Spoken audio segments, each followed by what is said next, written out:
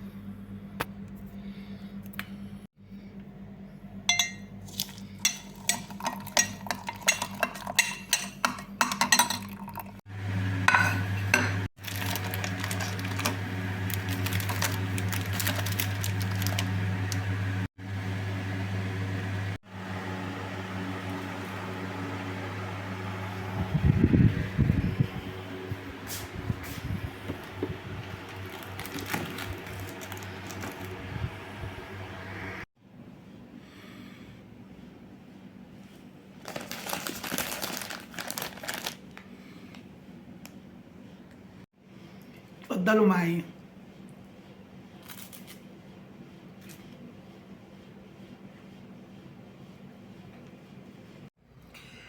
بنصبحوا على القمر والنجمة اخت القمر، بس دلوقتي بقى احنا في الشمس، يبقى هصبح على شموسي، بناتي، شمساتي، حبيباتي. فين لايكاتي؟ طيب، انا الفطار زي ما انتوا شفتوه كده حضرته معاكم في السريع المريع، وانا بدندن بصوتي. تخيلوا، هقول لكم حاجه لطيفه قوي. وانا باكل او بحضر حاجتي، حقيقي بجد من غير ما حد معين فيكم يا حلواتي بيكون في بالي، بس بقول يا سلام لو انا معايا فنزاتي دلوقتي وكلنا في المطبخ وقاعدين بنعمل النسكافيه مع بعض وبنشرب حاجه سخنه وبناكل بسكتس او اي قطعه شوكولات او حاجه. مم. مم. نسكافيه مظبوط. ماليش نفس للفطار فقلت اكل حاجه خفيفه اللي هو البسكتس. هو خفيف للصبح لكن مش خفيف للسكر، بس نضرب قرص السكر بعده مفيش مشكله. وماذا اقول؟ لايكات ونكمل دردشه. ويا حبيباتي انا خلصت فطاري واخدت دواء السكر عشان البلبعه السكريات اللي انا اخدتها دي. مفيش فايده، النفس اماره بالسوء، ولكن مش عارفه، يا رب يكون الصوت كويس لان انا مش مركبه المايك. اعتقد هيكون الصوت في الفيديو كويس لكن في اللايف ما بيبقاش كويس، النت بيبقى مش حلو، فعشان كده المايك ضروري في اللايف. اوكي، في طقوس الصبح بحب اعملها، ربنا يقويني. اهمها ان انا اصبح على انتي. اولا انا الفيديو ده عاوزاكم تشوفوه للاخر، تنسوش اللايكات لو سمحت، وعاوزاكم تشوفوه للاخر عشان هتكلم كلام كتير قوي حلو ومهم. بس اكلم انتي الاول.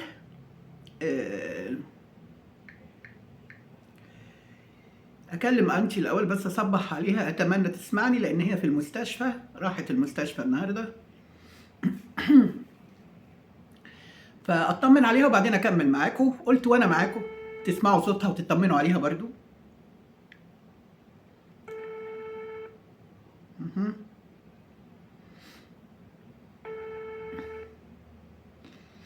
ممكن تكون في المستشفى ومش سامعة، بيبقى صوت دوش. لولو، صباح الفل يا انتي. صباح النور عليك يا حبيبتي. ايه، ما نزلتيش؟ ما روحتيش المستشفى؟ طب طيب، بس النهارده الحد يعني الدكتور بتاع الآلام من الساعة من الساعة كام؟ 2 ل 4. ايه بمزاجهم دول؟ طيب كويس انك اخدتي بالك. طب ما تنزليش على طول كده، ولا وراكي حاجة تانية تعمليها؟ طب يبقى اصبري شوية وانزلي على 11.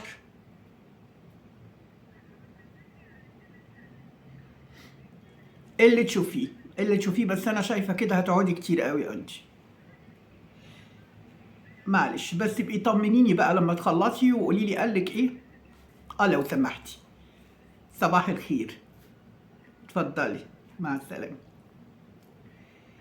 ربنا معاها يا بنات. المهم، طبعا انا نسيت اقول لكم النهارده ايه في ايام ربنا. النهارده الاحد الموافق، استنى اما اشوف، 6 اغسطس. 6 اغسطس 6 اغسطس، ازاي 6 اغسطس؟ مش فاهم. طيب ماشي، تعرف اني بحب اهزر. طيب، لفت نظري ان ما شاء الله ولا قوة الا بالله، استنوا ما ابص على استوديو اليوتيوب. لفت نظري ان في اشتراكات جديدة كتيرة كتيرة، يعني في اسبوع حوالي 30 اشتراك، حوالي 25 اشتراك لو تحرينا الدقة. انا مش فاكرة بالظبط، بس هو حاجة و20، ده اذا ما كانش 30. اوكي، اما نشوف وصلنا لكام. ما شاء الله ولا قوة الا بالله، الدنيا عمالة في زيادة. القناة الصغيرة هي اللي مش بتعلى غير طفيف قوي. القناة الكبيرة لا، ثابتة عن اللي أنا شفته الصبح. تمام، مفيش مشكلة. شكرا جزيلا لكل اللي اختار قناتي إنه يشترك فيها، ولكن مضطرة بالفيديو ده إن أنا أوضح تاني قواعد قناتي وقوانينها اللي بقالها سنين، فضلا ما ناخدش الموضوع بحساسية. الفوضى ما بتخلقش غير فشل، والنجاح مش معناه العدد أو الفلوس. النجاح معناه إن أنت تكون عندك القبول ولو من مجموعة صغيرة، قادر تسيطر على الجو المحيط بيك، قادر تكمل وما بتيأسش وما بتقعش، قادر تفيد الناس، واللي عاوز يستفيد عارف يستفيد ازاي، واللي مش عاوز يستفيد ومستسهل حياته بشكل الفاشل اللي هو فيه اتس اوكي. لان بصوا، انا هقول لكم حاجه، دايما ضريبه الفلوس والشهره بتبقى صعبه قوي، وبالذات للي وصل لهم بطريقه غير مشروعه، واهمها اللي اعنيه قنوات السب وقنوات اللي مسمين نفسهم نقد. هفضل اشجب واندد بالفئتين دول من القنوات، لانها مش قنوات، دي قنوات غير شرعيه. يعني بالظبط زي ما يكون قدامكم MBC وقناه التخت او التت او انتوا فاهمين، يعني نفس المستوى بالظبط. ولازم يعني لازم نصدق ونقتنع ان خلاص دول موجودين، ولكن انت عليك الاختيار. طبق الدش حطه، بقينا نستخدم طول حياتنا النايل سات، علشان لما كنا بنستخدم الدش الكبير بتاع الاوروبي اللي كان بيجيب الاوروبي، كنا بنخاف ان اولادنا يقع في ايدهم حاجات مش تمام، فاحنا اخترنا ان احنا نشغل النايل سات. اوكي، جينا لقنوات النايل سات، لقينا ان فيها قنوات محترمه وكلنا بنحب نشوفها، عليها برامج زي البرامج بتاعت اذا كان عمرو اديب، اذا كان كل في ناس، طبعا مع احترامي للي مش بيحب يتفرج على عمرو اديب واحترامي للي بيحب يتفرج عليه. انا عموما التلفزيون ما بقتش اتفرج عليه كتير، لان انا بحب الحاجات المعلوماتيه مش احداث اليوم. احداث اليوم كده كده بشوفها على السوشيال ميديا، بتمر عليا كده فبشوف العناوين فبفهم، لانها مواضيع مكرره وما بحبش ادخل فيها. يعني مثلا فلان قتل فلان، ايه السبب؟ خيانه. طمع، ناس ما شافتش رباية ابدا، تفاهة، اطفال ما تربتش قتلوا بعض. فعموما هي كلها قصص مكررة، ما بقتش انا يعني تلفت نظري ولا تهمني.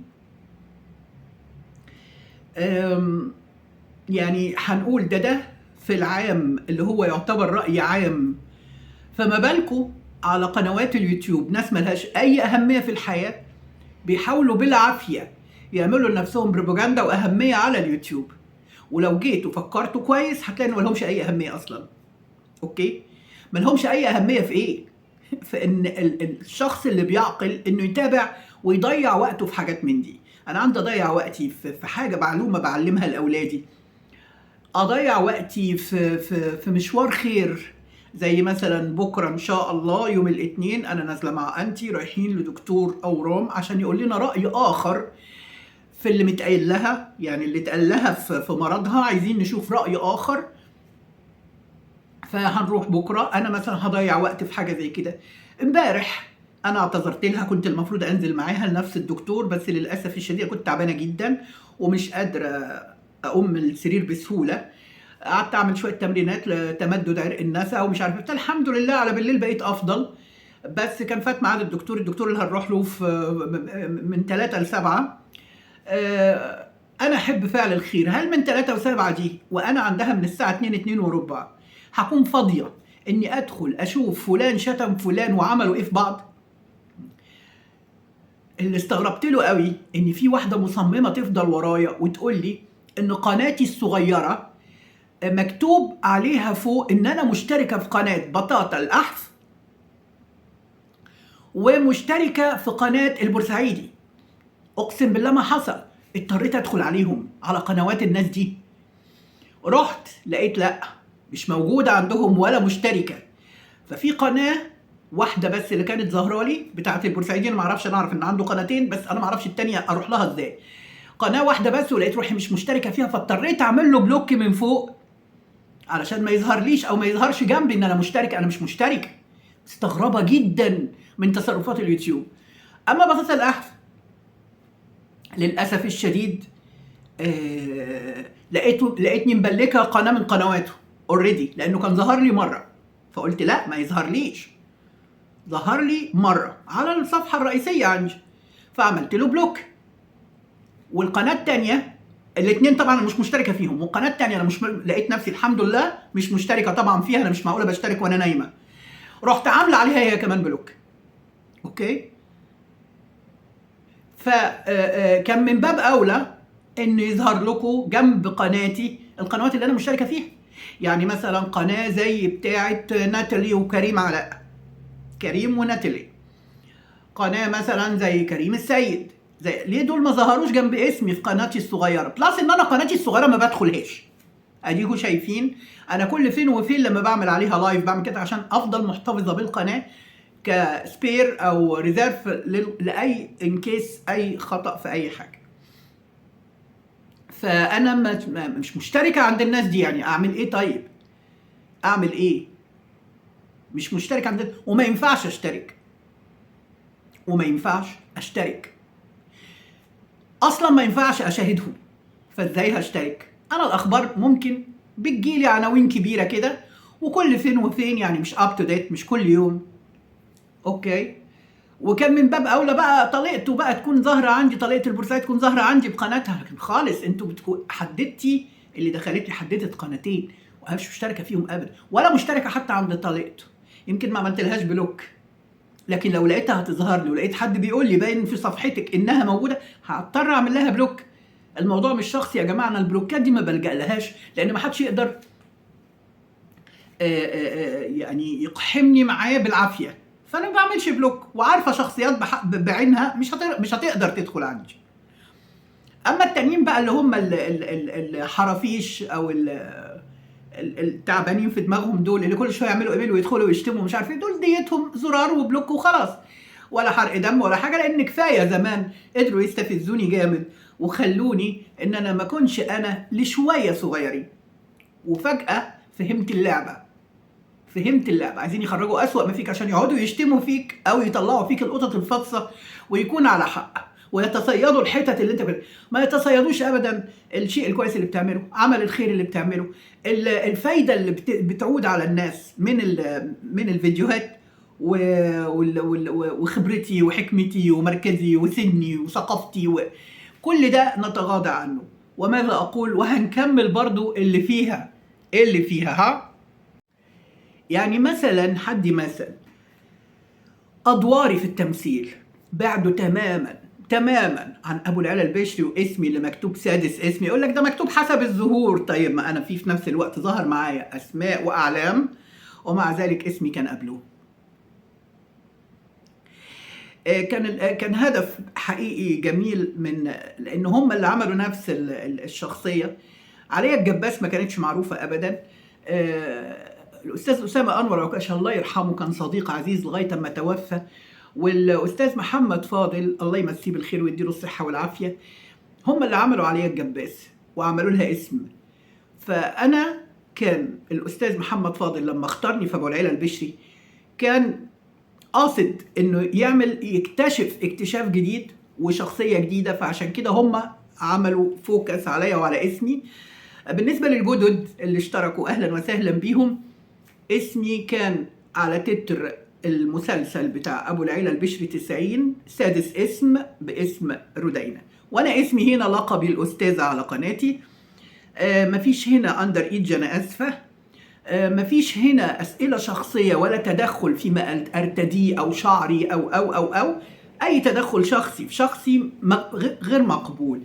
بالنسبه للناس اللي متعوده على باقي القنوات هم حرين، انما يقدروا لو حابين يكونوا عندي يكونوا في جو محترم. عندي سيدات محترمات لو حابين يكونوا في جو محترم، صالون ثقافي لطيف في فكاهه في ضحك في الى اخره، يقدروا يتفضلوا او يستنوا في الاستماع لغايه لما يدوروا في القناه يشوفوا لي فيديوهات، يشوفوا شغلي كان ايه.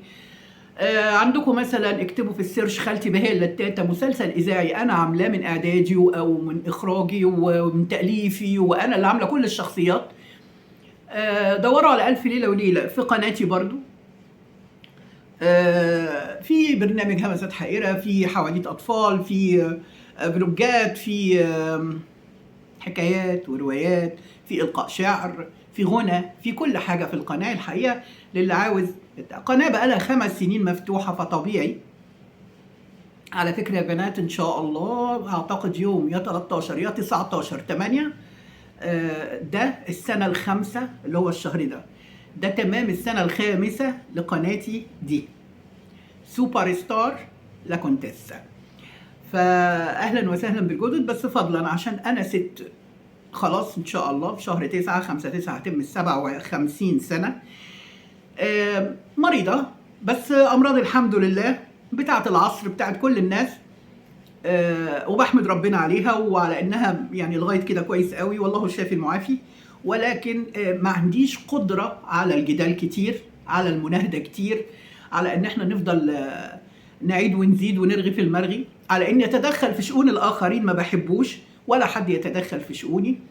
ما حدش يقول لي انت ليه ما عملتيش ده وليه عملتي ده. بمناسبه ايه؟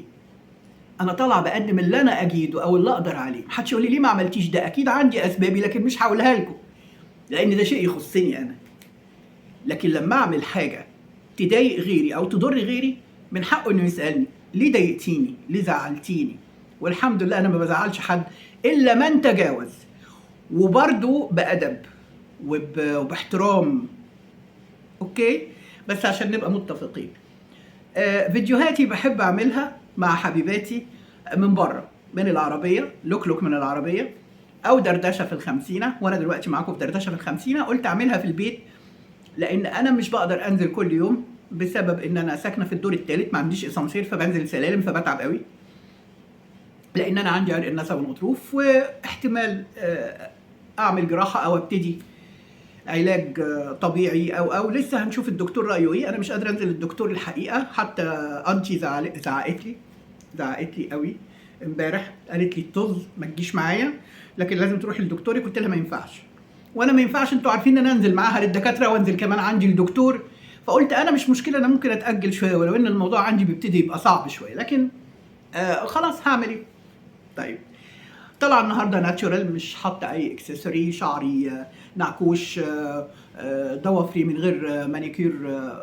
قمت يا دوب صليت الصبح او الضحى زي ما بيسموه.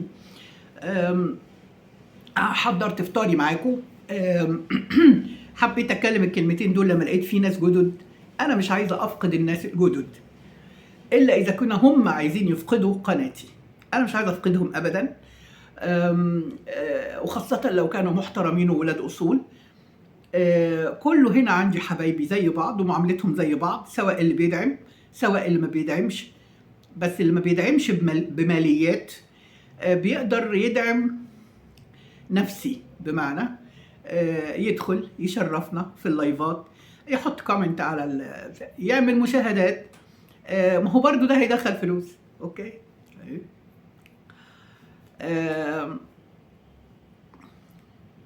فبالنسبة للجدد أهلا وسهلا بيهم، ولكن أتمنى أنهم يعني شوية يهدوا على نفسهم شوية قبل ما يحطوا لي كومنت أو يعني لقيت واحدة مثلا داخلة حاطة لي كومنت، طبعا أهلا وسهلا بيها، والكومنت ما يزعلش، لكن أنا مش شايفة له لزوم.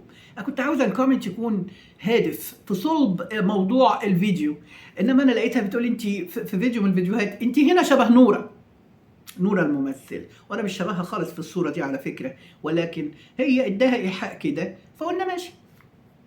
قلت مش مشكله، حطيت لها الهارت وسكت. انتوا عارفين ان انا ما بردش على اكتر الكومنتس، خاصه اللي ما بلاقيش منه يعني شيء يثير النقاش معايا. اصل انت شبه نور، هدخل اقول لها يا رب يخليكي ميرسي وابقى فرحانه؟ لا خالص، انا مش شبه حد، انا شبه نفسي. دي برضو من ضمن المحظورات اللي موجوده على قناتي. محدش يشبهني بحد، محدش يقارني مع حد، لان كل حد انا واثقه ان هو عنده اللي يميزه وعنده عيوبه، يعني ده طبيعي. فما فيش داعي ان احنا نقارن حد بحد، وبالذات انا ما بحبش اقارن بحد، مش غرور مني ولكن دي الحقيقه. انا لا شبه حد ولا حد يشبهني. اوكي. طيب جميل ان انا اطلع كل فترة اعمل فيديو تعريفي ودردش كده في الخمسينة مع حبيباتي، واعمل فيديو تعريفي لو القناة هتستمر في الزيادة. قناتي قعدت فترة ما بتزيدش ابدا، كل ده عشان قوانيني، ده غير ان القنوات اياها التانية هي اللي شافطة كل المشاهدات، او قنوات التفاهة هي اللي شافطة المشاهدات، فبالتالي ما عندهمش وقت، ولا انا بظهر وسط القنوات دي كلها. تخيلوا ان انا لاحظت انه خير من الله انه يخبيني، لانه انا لو كنت طلعت قوي وظهرت قوي، بالذات ايام شري، لو كنت طلعت عن كده وظهرت قوي انا كنت هتحارب من امه لا اله الا الله. ليه؟ لان الناس دول عندهم القدره انهم يجندوا زي الاخوان بالظبط، انهم يجندوا بعض الحرافيش اللي ما لهمش شخصيه، اللي ما عندهمش ضمير زيهم، انهم يتكلبوا على شخصيه محترمه او حد يكون كويس ويجندوه انه يفضل يحاربوا. يكفي ان حبيباتي المحترمات اللي عندي اتحاربوا فتره طويله، كتر خيرهم انهم صمدوا معايا، وانهم قالوا لا يمكن نسيب الاستاذه ولا هيهزنا حاجه ولا هنتفرج ولا هنشوف ولا لنا علاقه بحد. وده عجبني جدا، عشان كده انا الفانز بتوعي مميزين جدا ومش هلاقي زيهم ابدا تاني. وماذا اقول غير شكرا شكرا شكرا للحط اللايك. من ضمن الحاجات اللي اعتذرت عنها امبارح لاني كنت فعلا تعبانه، اللي هو نزولي مع انتي، دي نقطه. وصديقة ليا كانت ممثلة سابقة برضو، بس هي اعتزلت برضو من زمان قوي، ايام ما انا اعتزلت تقريبا او بعدي بحاجة بسيطة. وفضلت انها تشتغل في الصحافة وانها تتحجب حجاب لطيف، يعني هو مش حجاب، هو حشمة، تحشم. وكان عيد ميلادها امبارح او كده، كان امبارح. فانا كلمتها اول امبارح، اللي فكرني بصراحة عشان ما بقاش كذابة اليوتيوب، قصدي الفيسبوك. ف رحت مكلماها لان انا ست بحب الشياكه، هي مش معرفه سطحيه او معرفه يوتيوب عادي، هي مش صديقه مقربه برضو، ولكن اعرفها وشفتها على الحقيقه ونعرف بعض من الحقيقه مش من الفيسبوك. ف كلمتها عشان اقول لها كل سنه وانتي طيبه. وبالمناسبه هي اللي ليها الفضل انها دخلتني الصحافه على فكره، وليها الفضل في ان انا حصلت على كارنيه جمعيه المراسلين الاجانب، لان انا بحب ادي الفضل لاصحابه. وبس يعني الدنيا تلاهي، فقعدنا سنين يعني تليفون بينا بس ما بنشوفش بعض ابدا. فاللي حصل ان انا لقيتها، انا كنت بتقول لي، يعني انا بكلمها من هنا، بتقول لي انا كنت لسه بفكر فيكي. قلت لها حبيبتي اهلا وسهلا. قالت لي عشان خاطري انا عاوزاكي تجيلي بكره عيد ميلادي. قلت لها هو انا ما بقتش زي الاول، انا بقيت تعبانه، جسمي مش مساعدني ابدا ان انا احضر حفلات او اتنطط زي زمان. قالت لي لا ده انت كلك رشاقه وخفه ولياقه قلت لها كان ظهري حجمني، يعني ما بقتش قادره زي الاول. مش عايزه احرج نفسي ولا احرجك بان انا ادخل على الناس ماسكه عصايه. قالت لي في ايه الاحراج في كده؟ ده انت قمر وشيك وبنت ناس وهتشرفيني في حفلتي. انا عاملاه في اوتيل براميزا اللي قصاد الشيراتون في الدقي، اللي هو قصاد عمارة الله يرحمه سمير غانم اللي كان حبيبي الله يرحمه. فالمهم يعني كنت دايما بقابله برضه في براميزا، هو وغسان مطر وكل الناس الحلوة بتاعت زمان دي. كان دايما يقول لي يا حبيبتي تعالي لنا براميزا، كنت اروح. كان في تحت ديسكوتيك اسمه جالاكسي، فكنت بنزل لهم تحت وكده. فهي قالت لي انا حاجزه قاعه وعامله عيد ميلادي وفي ناس تقال قوي في البلد، اسماء وناس تقيله جدا جايه. قلت لها انت عارفه ان انا الحاجات دي ما بتغرينيش مين تقال مين مش تقال، انا ست بحب ايه، حاليا بحب حياتي كده، التداخل مع الناس قوي والمجاملات مع الناس قوي بيضطركوا انكم يا اما تجاملوا يا اما تتنازلوا شويه. فانا ما اقدرش على كده الحقيقه، ده كان طول حياتي ما بقدرش على كده، فمش هاجي دلوقتي اضطر. قلت لها على فكره حبيبتي انا موضوع تقال وما تقال انت عارفه ان انا ماليش في الكلام ده، ولكن انا لو كنت هاجي عشانك، وبعدين انت كمان زنقتيني غير ان انا تعبانه مش هلحق اجيب لك هديه. فقالت لي لا وتجيبي لي هديه ليه؟ لا والله ده كفايه انت وجودك بس هديه. بصراحه ربنا انا في شويه سيدات مجتمع كده جايين عاوزه اغيظهم بيكي. قلت لها قلت لها تغيظيهم بيا ازاي؟ حطوا لايك بقى عشان الغيظه دي، حطوا لايك. قلت لها تغيظيهم بيا ازاي؟ قالت لي انت اصلك مشرفه جدا الحقيقه ودخلتك فيها، برغم ان هي ما شاء الله معاها اقامه امريكيه وسافرت امريكا عاشت فيها فتره طويله وبتلبس كويس قوي، بتلبس براندات يعني هي ست برضو بارفانات وحاجات، يعني ست برضو واخده بالها من نفسها، عربيه مش عارف ايه شيك. فلا هي بتقول لي انت بالذات شخصيه ما اعرفش بتدخلي اي مكان بتبقي نجمه، فانا عاوزه النجمه دي تشرفني. قلت لها حبيبتي يا رب يخليكي متشكره قوي، خلاص زمان بقى دلوقتي احنا كبرنا. قالت لي لا ما تقوليش كده، ده انت لسه ايه. قلت طب يا حبيبتي شكرا. فصممت وانا مش قادره مش عارفه اعمل ايه. قلت لها ان شاء الله هشوفه وبتاع، وبالفعل والله طلعت يا بنات فستان ما لبستوش بقالي يجي 6-7 سنين، فستان شيفون اسود فيه بليسيه، الصدر من هنا عليه زي ورود او ورق شجر، هو بحماله ومن ورا الظهر كله لغايه الوسط علامات فيه. مش هلبسه كده طبعا، انا كنت بلبس عليه زمان شال خفيف لان كنت اصغر سنا، لكن طلعت البشت بتاعي اللي هو عامل زي بتسموه ايه، اللي هو البشت اللي هو زي العبايه السوداء، بس مش عبايه طبعا، مش حاجه بلدي يعني، البشت اللي هو عليه بالحروف الكوفي الذهبي. انتوا شفتوني طلعت بيه على القناه، بقيت البس حاجتي الشيك الغاليه بقيت البسها على القناه وما اخرجش بيها يعني، بس انتوا طبعا غاليين عندي فطبعا البس لكم الغالي كله. امال ايه وماذا اقول لايكات بقى. فوالله اهو متعلق قدامي، يعني انا لو وريتكم بس الدنيا هنا منعكشه شويه اهو، شايفين؟ والله علقته على الباب وقلت هلبس الكلام ده، لقيت روحي برضو مش قادره، كنتش عايزه اضايقها بس معقوله اعتذر لانتي ما اروحش معاها عند الدكتور وانزل اروح عيد ميلاد بالليل؟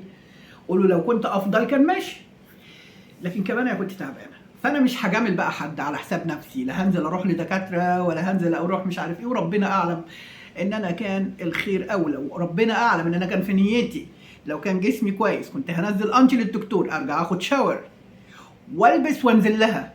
وقلت لها انا مش هاجي بالعربيه، قالت لي مالكيش دعوه بالركنه، الناس تحت حبايبي وانا مسيطره هناك، حق عربيتك بس كلميني هنزل هتكون كلها مش عارفه وهاخدك واطلع بيكي كمان. قلت لها يا حبيبتي يا رب يخليكي، ايه الترحاب ده كله؟ قالت لي لا طبعا، ده انت ايه، ده انت عندي كبيره قوي. يا رب يخليكي، متشكره قوي. فامبارح الصبح كلمتها قلت لها انا اسفه يا حبيبتي، والله ما هقدر اجي بجد، تعبانه قوي، واللي نسيت اقول لك عليه ان انا احتمال هعمل عمليه في ظهري. قالت لي يا معقوله الحاله بالشكل ده؟ قلت لها اه.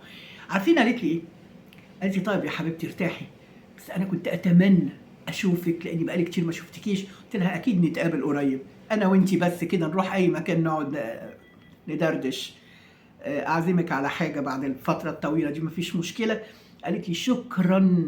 بصوا بقى الكلمه عشان تعرفوا ولاد الناس لما بيعرفوا بعض، شكرا على الاعتذار اللطيف ده، لان انا كان ممكن اطنشها وما اروحش. هي اتعودت على كده من ناس كتيره قوي مش ولاد اصول، لكن انا بنت اصول وست تفهم كويس قوي في المعاملات، والدين اصلا معامله، ده مش موضوع ليه علاقه بالمستوى الاجتماعي او بالتربيه او بالعيله ولا بالثقافه ولا بالتعليم، ده بالدين. الدين المعامله. طبيعي والعادي ان اعتذر، عمري ما اهرب ابدا ولا اقول لها اصل انا معلش انا اسف ما عرفتش اكلمك عشان انا كنت جالي ضيوف. واخده بالك يا، انت عارفه نفسك. ولا اقول معلش اصل انا والله اخدت انتي ورحت للدكتور فما قدرتش اتصل بيكي.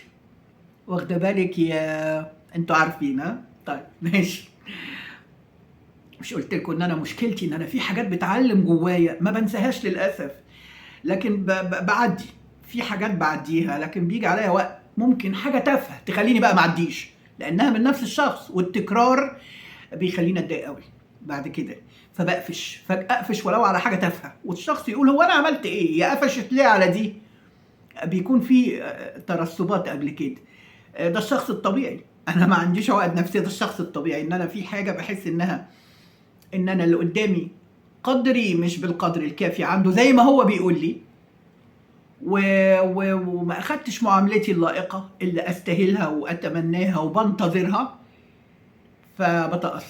بتاثر جدا.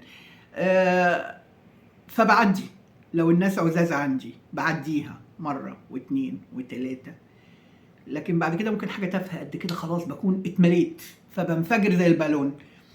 طيب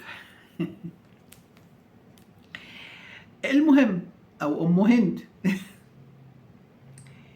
فشكرتني جدا على ان انا اعتذرت لها.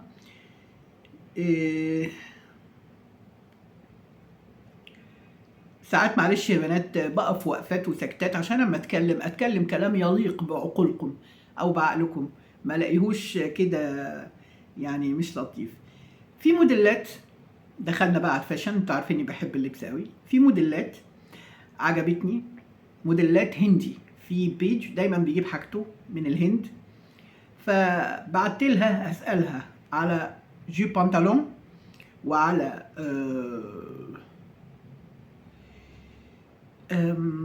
وعلى فستان الوانهم غريبه وجديده وعجبوني، فهشوف الدنيا ازاي، ويا رب تكون الاسعار كويسه، لان الناس دي يقول لك احنا جايبين فاشن من ايطالي، من تركي، يعني الفاشن تركي او ايطالي او هندي. يعني انا مثلا في بيج بيبيع فستان او الساري الهندي او مش عارفه، انا سمعت ارقام خزعبليه عندهم، طبعا دي بالنسبه لناس تانية هتبقى ارقام عاديه خالص، لكن انا عندي ما هو اهم. يعني انا ما اروحش اشتري حاجه هندي ومش هحضر بيها غير حاجه سواريه، وانا ما بخرجش بالليل ولا بحضر سواريه الا فيما ندر عشان اشتريها مثلا ب 5000 و 6000 جنيه، مش هعمل كده. انتوا فاهمين؟ يعني انا اخري ممكن ادفع في حاجه مستورده وتكون فعلا حلوه، مثلا نقول 1000 ونص، 1000 ونص وايه يعني، وانا بفكر. بس الاسعار كده بقت كده دلوقتي، فمش هنقدر نهرب من الكلام ده يعني. طيب واحده بقى تدخل تقول لي ايه،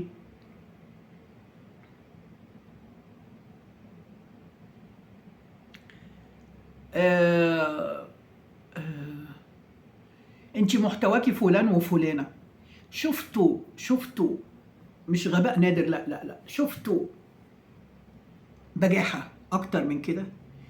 يعني انا محتوايا بتكلم على فلان وفلانه بس زيهم، يعني زي ما هم بيتكلموا على بعض، ده محتواهم بس. اوكي، وكل واحد فيهم يقول انا عندي محتوى اشتغل عليه، انا عندي محتوى اشتغل، اللي هو ايه؟ اللي هو ولا حاجه. اوكي.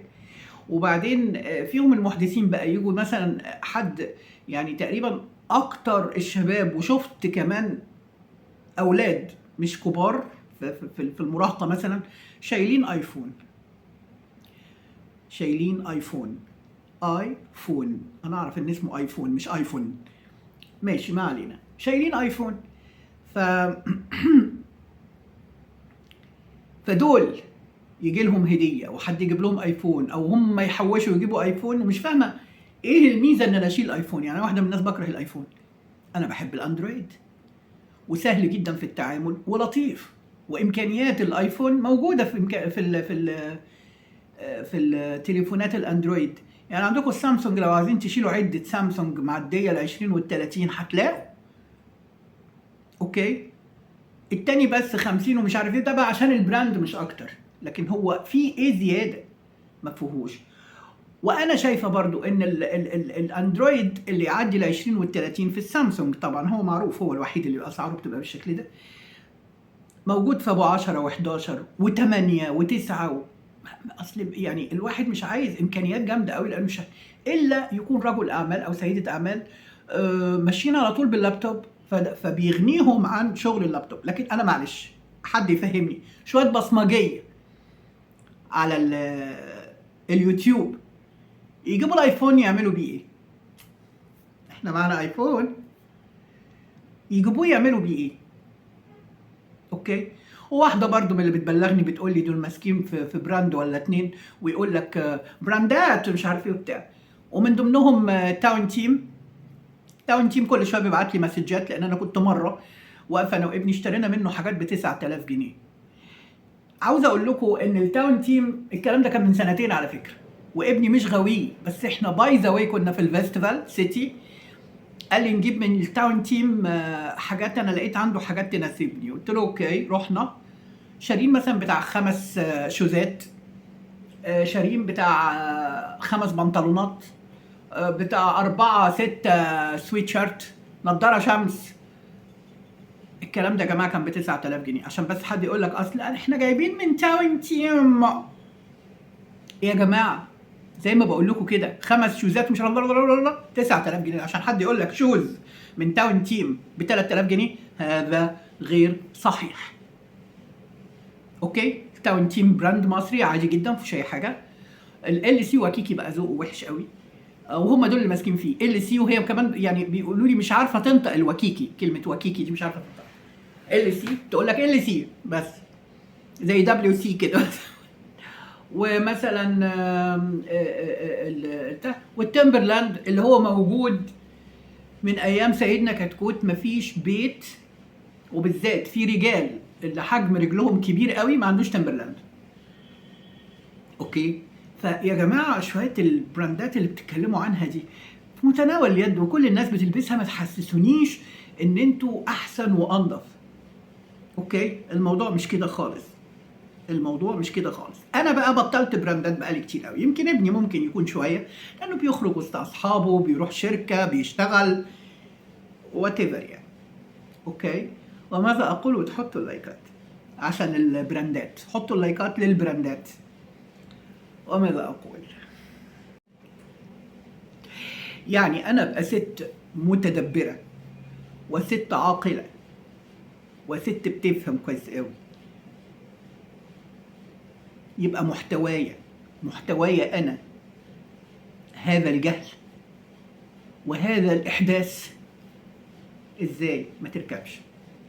فمعلش الكلام ده لما تقولوه عندي او تقولوه بينكم وبين نفسكم يا جهله،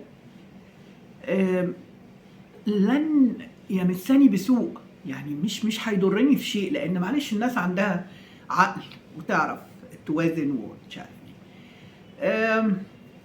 جيت والبراندات عند الناس دي زي الفل، محدش يتكلم ولا يفتح بقه.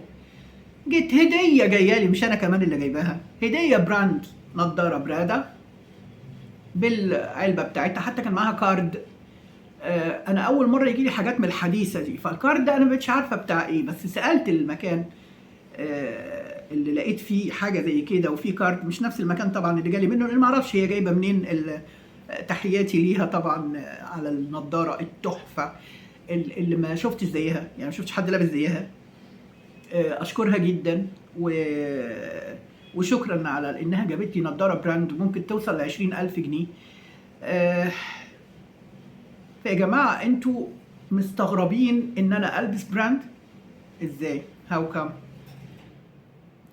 مستغربين ان انا تجيلي بارفانات براند؟ هاو كام؟ اديكوا شايفين انا بناتي لما جم دعموني ما بينزلوش اقل من 5000 جنيه و10000 جنيه، وجالي موبايل هديه ب 11000 جنيه، وجالي الماشين نسكافيه ب3.5. في حاجات اغلى منها بس كتر خيرها.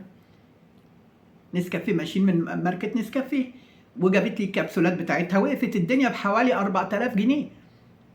اوكي، والماشين براند برضو، دي مش جايه من تحت بيقولوا ايه دي جايبه مكنه ب 75 جنيه، وهم عارفين سعرها لان لو دخلوا على امازون او الحاجات دي وجابوا شكلها بالظبط عارفين السعر كام. ده يمكن دلوقتي غليت كمان لان هي كانت جايباها لي وكان لسه الدولار بيشد في حيله. دلوقتي الدولار شدت حيله على اخره بالذات في السوق السوداء، فطبعا الدنيا بايظه. فانتوا شفتوا بعينكم الحاجات دي بيجي ليه مستغربين ان يجي لي يعني دي شيماء لوحدها الفتره اللي دعمتني فيها، الشهرين اللي دعمتني فيهم، يعني دعمتني بولا 30-40 ألف جنيه لواحدة مصرية وست مصرية وفي سنها كفو، يعني زي ما بيقولوا كفو.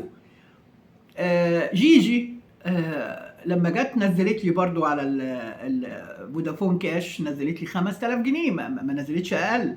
لما بتدخل تحط سوبر شات ما بتحطش اقل من 1500.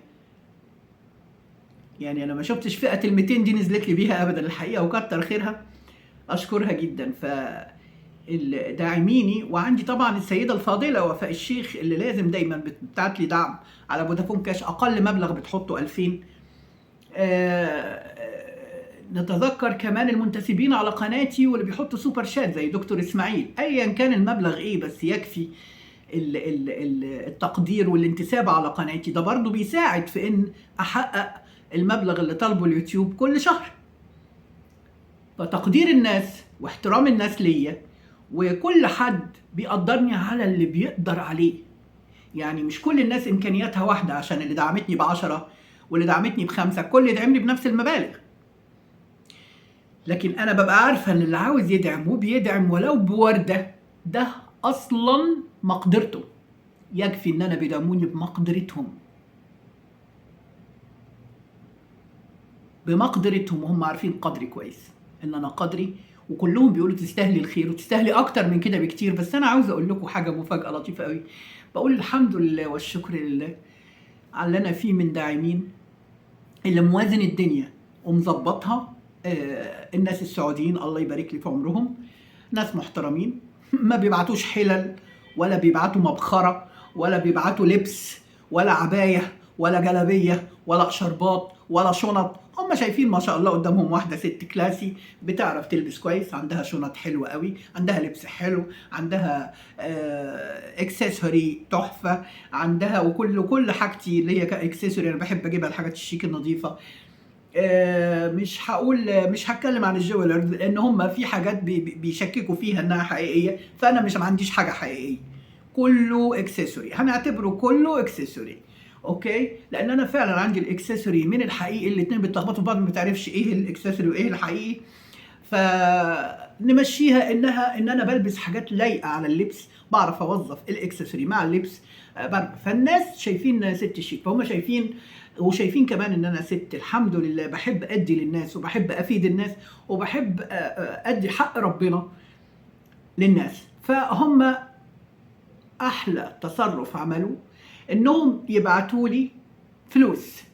انا ما طلبتش وما بطلبش، وكل مره بيبعتوا فيها اقول لهم شكرا وشكرا جدا وادعي لهم، لكن ما بقولش مثلا هتبعتوا امتى تاني، او اصلا انا عندي مزنوق او عندي ظروف يا جماعه يا كماحه وطمعت. هم شايفين كده ان انا ست محترمه، ست ما بطلبش، ست متعففه، ست قاعده في بيتي محدش يعرف عني حاجه، حتى لو اتزنقت، حتى لو، وكلنا بنمر بالظروف دي على فكره. ما اطلعش اقول انا، اطلع اقول انا زي الفل، انا ست الكل، انا.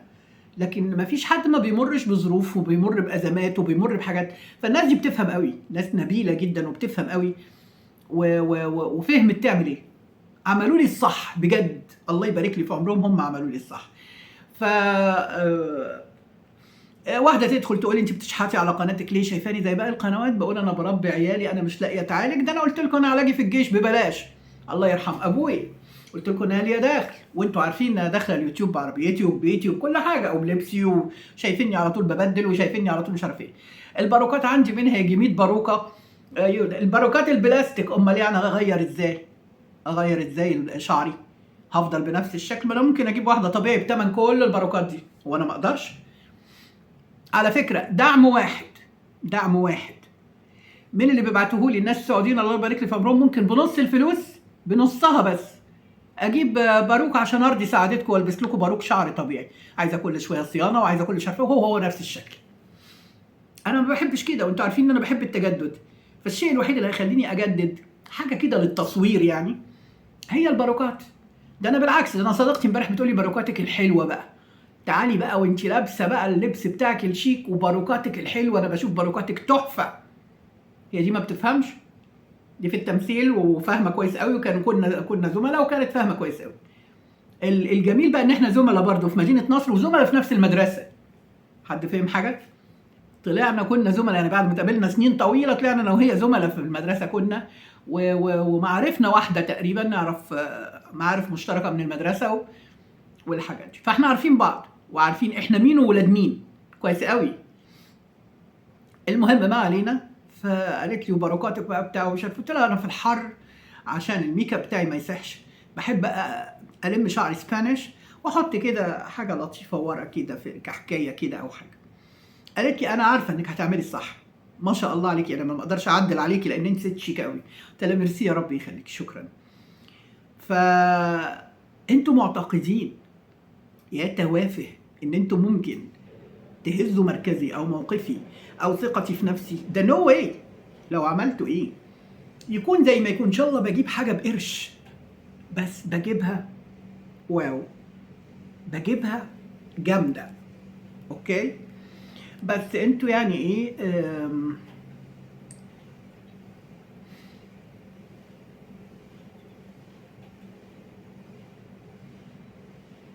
في حد باعت لي مسج، اوكي مش مشكله. فانا يعني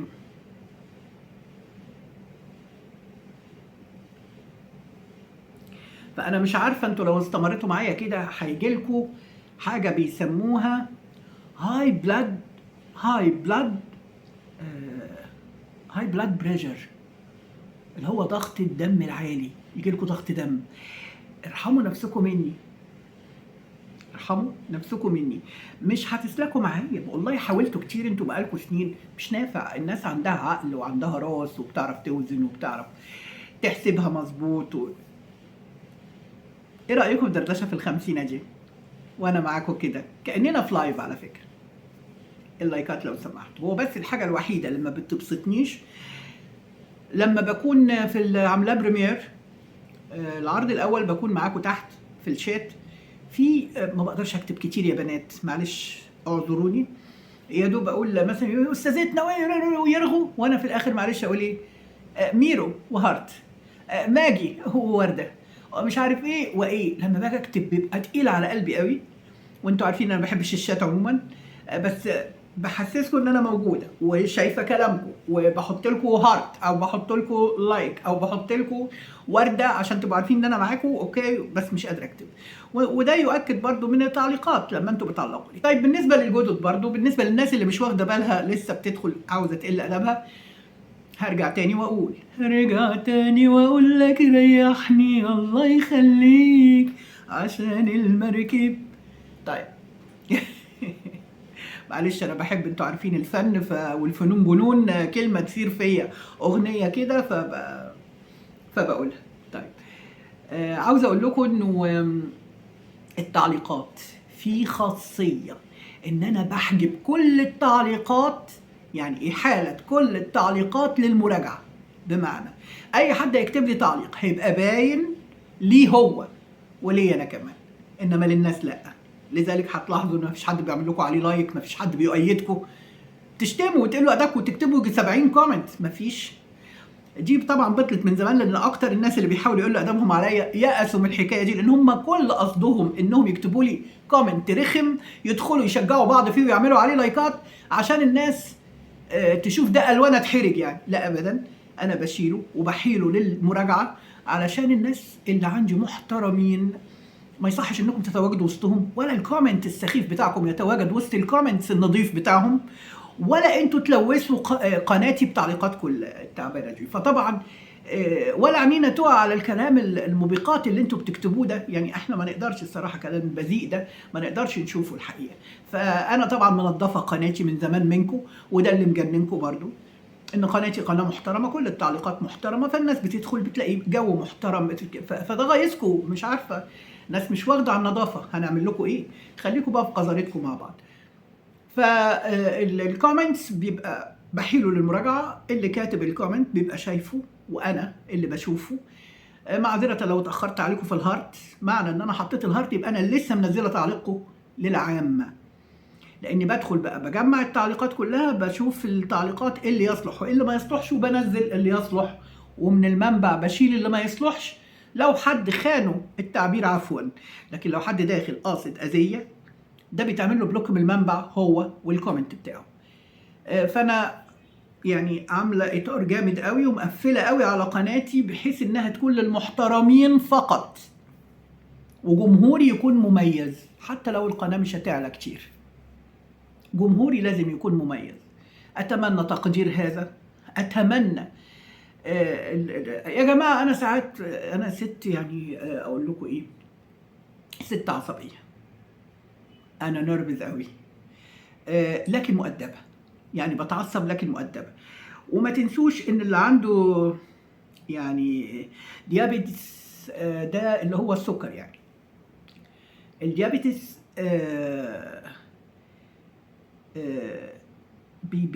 بيخلي الشخص عصبي. ده اللي انا سمعته لكن مش متاكده.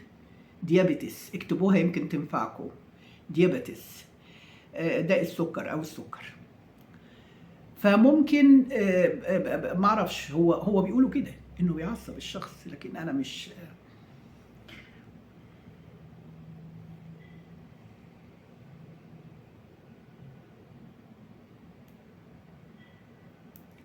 ما علينا. المهم انا سعيده قوي ان انا طلعت وقلت اللي عندي، ان انا فضفضت معاكم كانه لايف بالظبط. وانا اللايفات، وانا الدردشه في الخمسينه بتاعتي بتبقى طويله شويه. اتمنى تكونوا اتبسطتوا معايا، اتمنى تكونوا ارتحتوا لما بتكلم. انا شخصيه حقيقيه، ويمكن هو ده الاقرب الى القلب، شخصيه حقيقيه. اوكي. في ناس بيقولوا يا سلام على تقل دمك. اتس اوكي. ما هو انا اللي ممكن، انا في ناس انتوا بتضحكوا على كلامها، انا شايفه ان دمها تقيل، بس ما بروحش اقول لهم على فكره. بس اقول لهم يا تقل دمكم، دي اسمها بجاحه. وانا شخصيا انا ممكن اكون ست صريحه، ست مش مجامله، لكن مش وقحه ولا بجحه. فالبجاحه والوقاحه ليها ناسها اللي هم ما شافوش تربيه اصلا، واكيد اهاليهم كده، لان التربيه من البيوت بتبقى.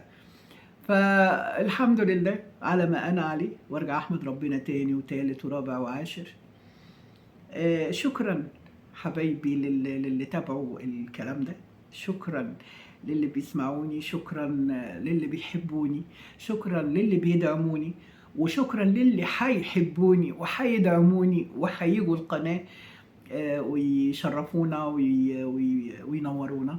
بس فضلا زي ما قلت، لو سمحت والكلام بعيده تاني، تأنوا في التداخل مع الأستاذة، لأن أنا يعني نخلينا نتفق إن من حكم فيما يخصه فما ظلم.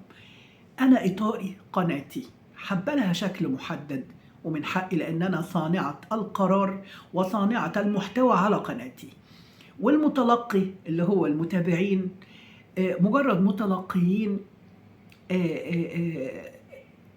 يا اما يكون متلقي جيد يا اما متلقي هينفر، فعنده الخيار دايما. انا ما بجبرش حد على شيء، يا يتقبلني زي ما انا وباللي بقدمه، يا اما لا وميرسي لو انسحب بلا خدش حياء او قله حياء او تطاول او تجاوز. فليكوا الخيار، زي بالظبط زي ما قلت لكم تلفزيون قناه دي مش حلوه هنقلها او هحذفها اصلا من الليست بتاعت القنوات على الدش. وهكذا سهل التخلص من اللي على السوشيال ميديا او من التلفزيون. الحاجات اللي على التلفزيون سهل جدا التخلص منها بدون ما ازعج نفسي ولا ازعج الناس. اوكي، شكرا جزيلا، انا قلت اللي عندي، واهلا وسهلا بالناس الجدد، وميرسي قوي لحضوركم اللطيف، وميرسي للي كمل للاخر معايا الفيديو وحط اللايكات، واتمنى تكونوا اتبسطتوا معانا. استاذتكم طفله شويه يعني، بصوا اتمنى تكونوا انا اتفاجئت بالحركه اللي انا عملتها دي مش مقصوده ابدا، بس انا طفله يعني، انا جوايا طفله وبحب الطفوله اللي جوايا دي. ميرسي لكم قوي، شكرا جزيلا. وما تنسوش اللايكات والكومنت بعد البريمير، لو سمحتوا تسيبوا لي كومنت في كل التفاصيل اللي لفتت نظركم، لان انا اتكلمت في اجزاء كتير، في اجزاء هتهم ناس واجزاء تانية تهم ناس اخرى، فاكتبوا في اللي همكم بعد ما تكونوا فكرتوا هتكتبوا ايه، لان انا بحب قوي الكومنت الراقي الشيك اللي فيه فكره، اللي فيه مفردات تلفت نظري. انا بحب كده على فكره، فيا ريت تسيبوا لي كومنت بره بعد ما تلموا كده اللايف كده وتخلصوا السلامات والتحيات والكلام ده كله. تيجوا في اخر اللايف خالص انا خلصت، تدخلوا على الكومنت تكتبوا لي حاجات لطيفه بقى، اوكي، تخص الفيديو. مش انت شكلك حلو النهارده، بالهنا والشفا على النسكافيه، حلوه البلوزه بتاعتك، السورتيت او التوكه بتاعتك لطيفه قوي، اللون جميل، عاوزه اوكي، ده انا بحب اسمعه برضه لانه لطيف، بس ما يبقاش الكومنت كده وبس. ده من ضمن الحاجات اللي لفتت نظركم، وباقي بقى كلامي لازم يكون لفت نظركم برضه، اوكي. انا بحب قصدي ايه، مش الحاجات السطحيه، ما بحبش اهمش الامور. شكرا جزيلا وكتر خيركم، واشوفكم على خير. و This is الاستاذه لا كونتيستا، وهاف ا جريت وان واتوتالوغ،